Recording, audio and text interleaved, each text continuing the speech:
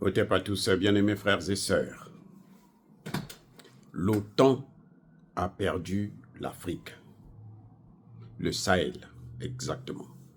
Ils veulent se venger en RDC. Ce que vous voyez là, c'est la vengeance.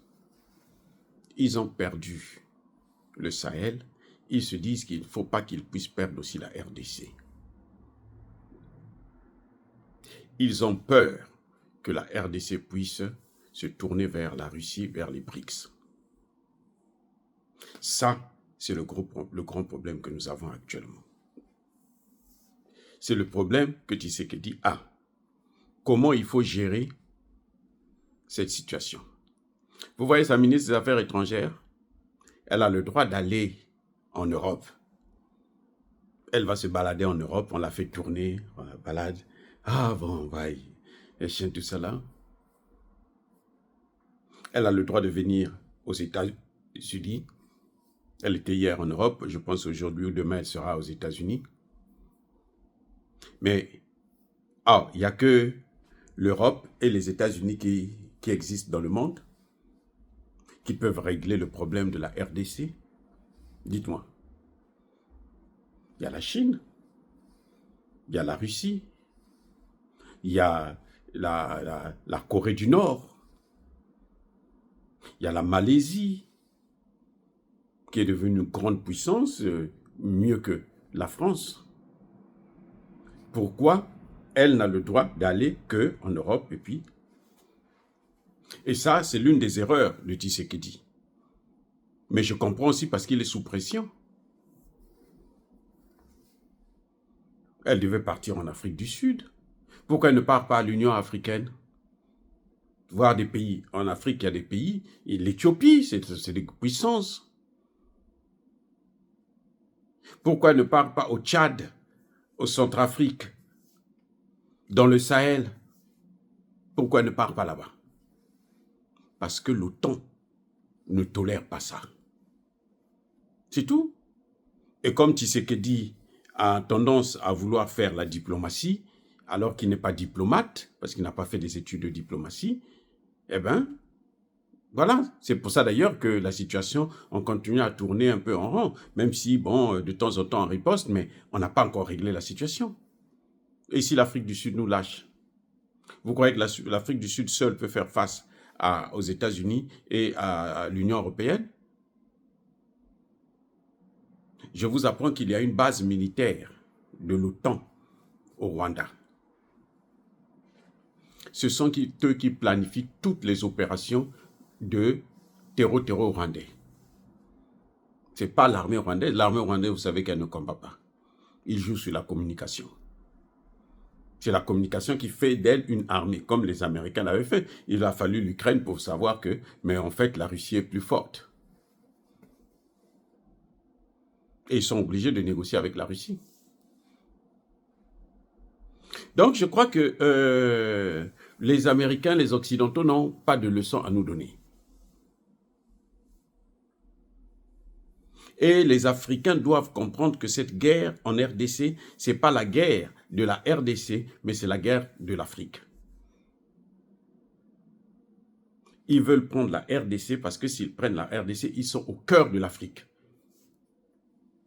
Et ils vont détruire toute l'Afrique. Ils vont recoloniser le continent. Ils ont échoué au Mali, au Burkina et au Niger. Et c'est ce qu'ils ont échoué là. C'est maintenant ce qu'ils veulent faire en RDC.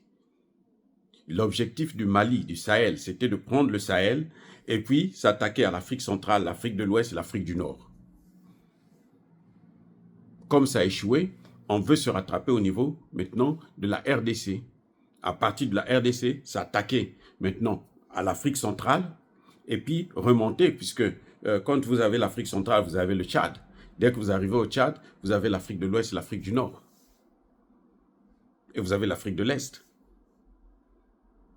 Comment peut-on expliquer qu'un petit pays comme le Rwanda puisse vouloir faire la guerre, puisse rendre la vie difficile à un grand pays comme la RDC?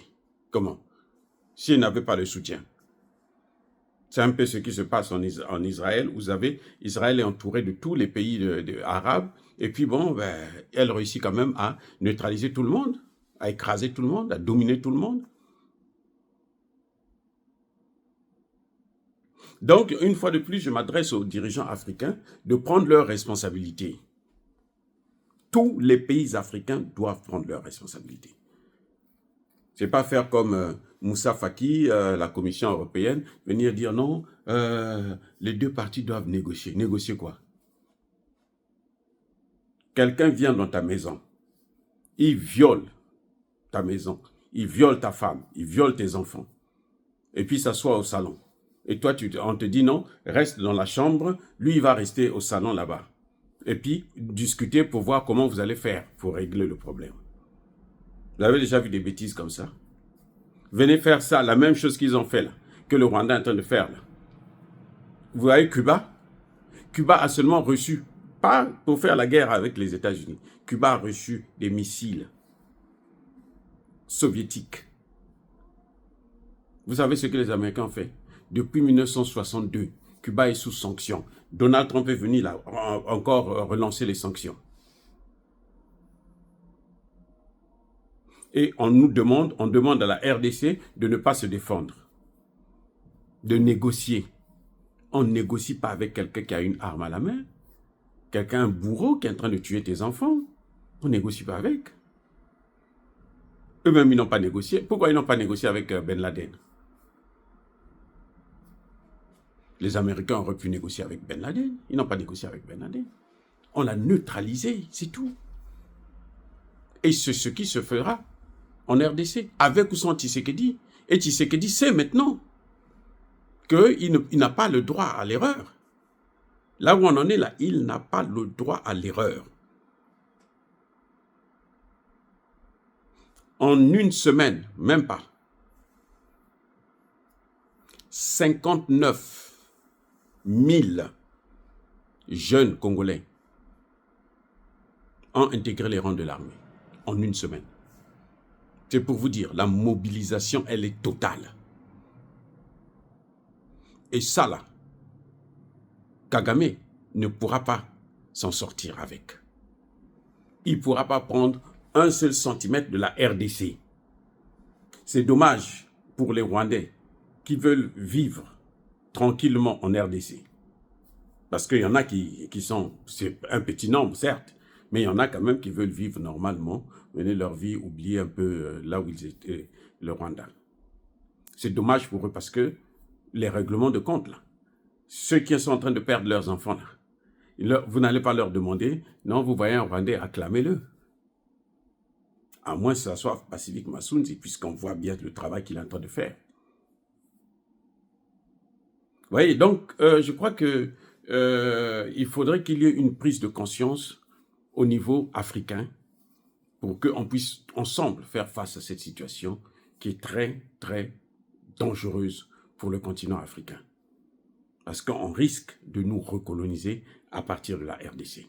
Soyez bénis, abondamment bénis par le Dieu des Kémites et par nos ancêtres angélisés. Mais que tous ceux qui persécutent le continent africain, le pillent, le déstabilisent, qu'ils soient noirs, blancs, chinois, arabes, juifs, indiens, qui qu'ils soient punis, maudits, foudroyés, neutralisés, écrasés, effacés par le Dieu des Kémites et par nos ancêtres angélisés. Vive l'Afrique éternelle, j'ai dit et j'assume.